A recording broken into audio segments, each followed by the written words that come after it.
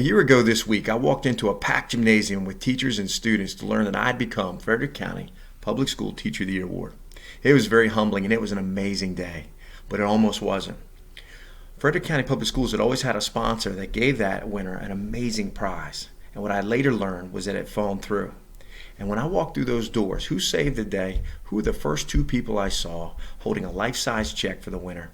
George and Courtney Stauffer. I'm Mike Franklin, teacher, coach, and now best-selling author. And that same level of care that George and Courtney showed me back then is what they have for you right now. I'd like to talk to you about that for a little bit today if I could. You see, I'm very familiar with Stauffer Funeral Family, how amazing you people are, and the amazing things you do and how well you do it. And you don't know it, but you've had a tremendous impact on my life. You know, sometimes we lose, sadly, people long before their time, and when that happens, it hurts so bad. I lost a young man who was a player and a student for me, and more importantly, he was like a son. He really was like a son to me. And I went to the viewing, and it was a ball of emotions. I was nervous, I was scared, and I was hurting.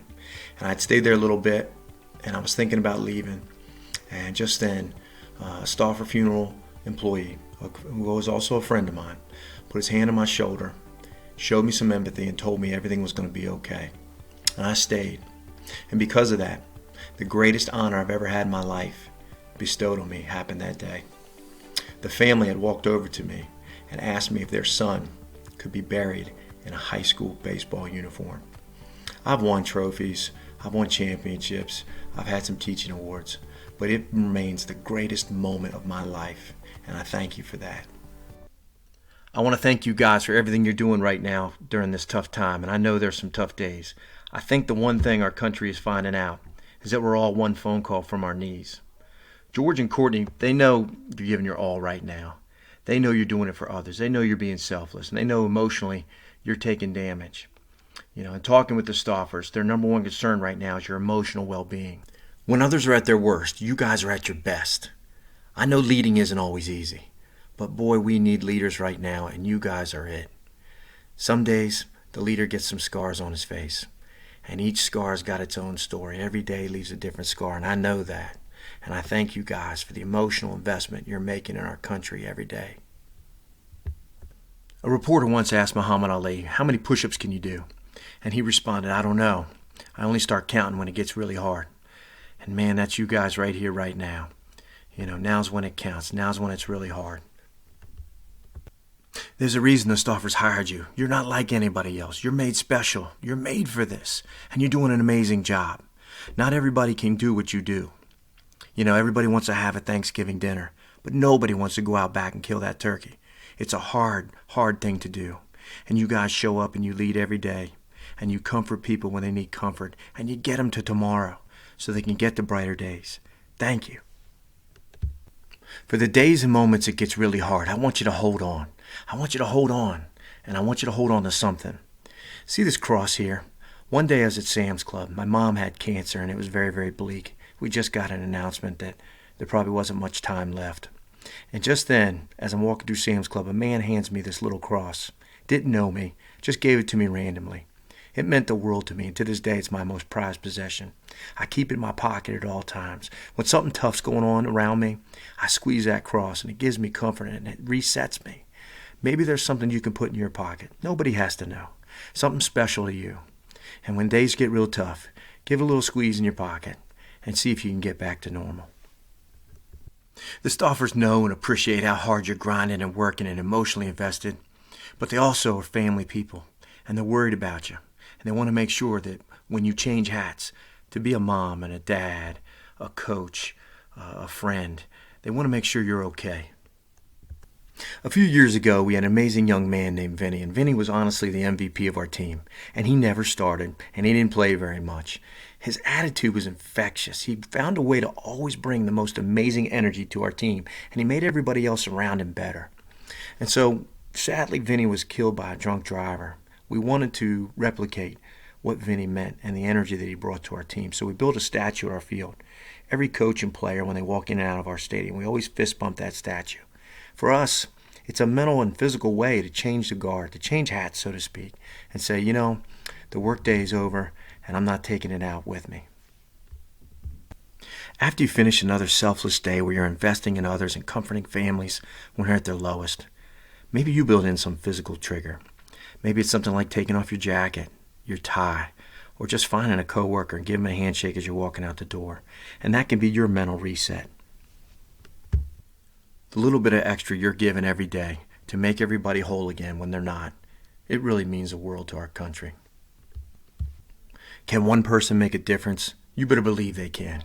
Here's a true story of an autistic boy named Johnny who worked at a supermarket. Johnny worked at a small mom-and-pop grocery store. It wasn't anything special, and he was just a bagger. One day, the owner called for an emergency employee meeting.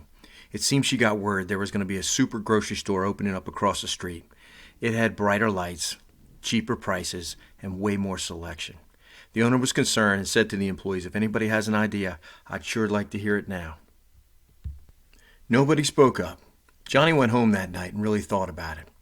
He decided he was going to get his dad to help him, print out a few positive strips of paper, cut them out, and put them in people's bags as they would go through the grocery line store.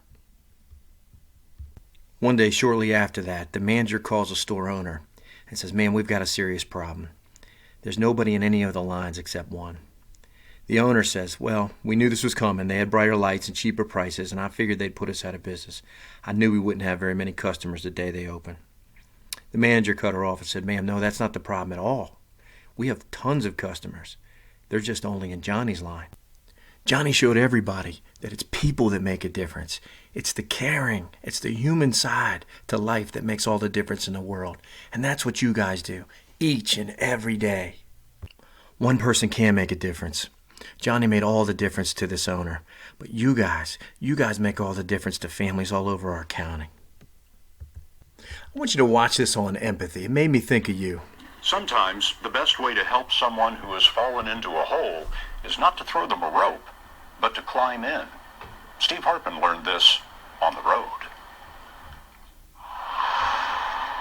Inside the county courthouse in Fayetteville, North Carolina, Judge Lou Oliveira made headlines with an unusual decision. You may be seated. A few years ago, Joe Cerna was arrested for drunk driving. As part of his probation, he wasn't allowed to drink. So when he lied about a recent urine test, the judge felt he had no choice. I gave Joe a night in jail because he had to be held accountable. It was just one night, but as he entered the cell, Joe says he knew it would be one of the longest nights of his life. When I walked into the jail cell and they closed the door behind me, I started feeling this anxiety. It came back. A flashback.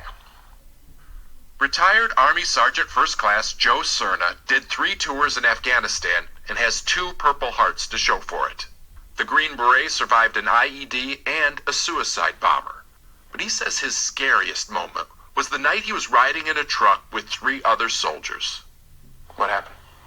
We were following the creek, and the road gave way. And the vehicle went in the creek. Truck started filling with water. Yeah. All hope was lost. Trapped and unable to move, Joe felt the water rising, past his legs, then waist, and neck, until finally it stopped at his chin. How many guys got out of that truck? Alive?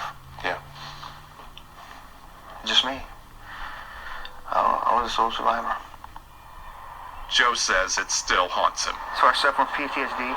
Among his issues, Then I would drink. a fear of being in small, cramped places. I knew what Joe was going through, and I knew Joe's history, and he had to be held accountable, but I just felt I had to go with him. I felt I had to go with him.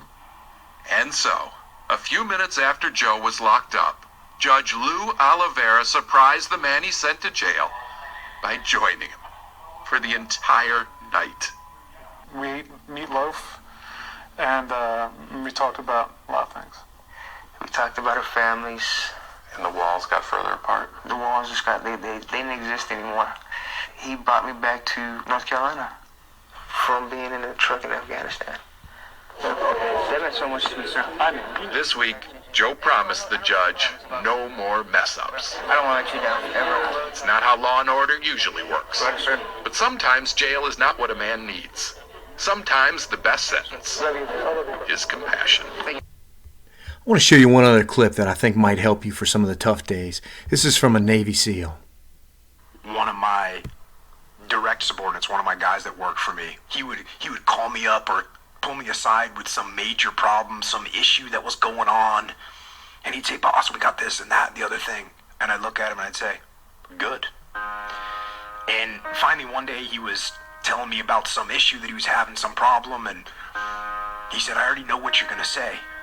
And I said, "Well, what am I going to say?" He said, "You're going to say good."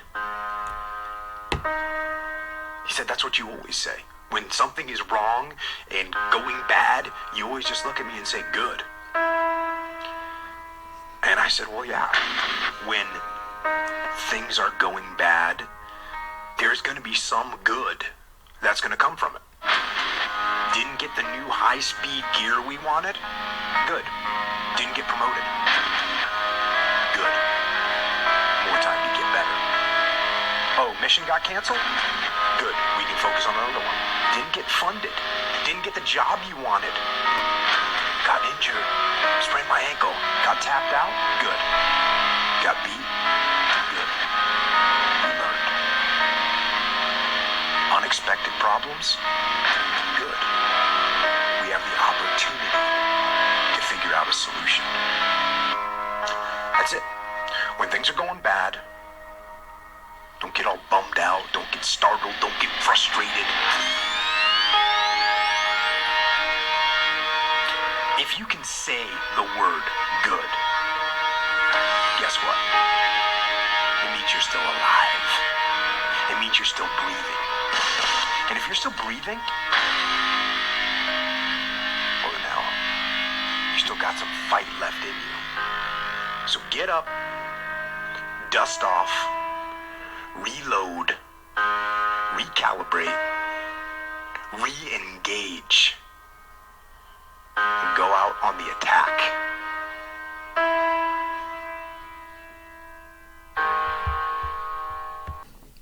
One day a few months ago, I left the evening news on. My son walked into the room. There were 2 successive shootings, 2 days in a row, and it was the second day that he came in and saw that.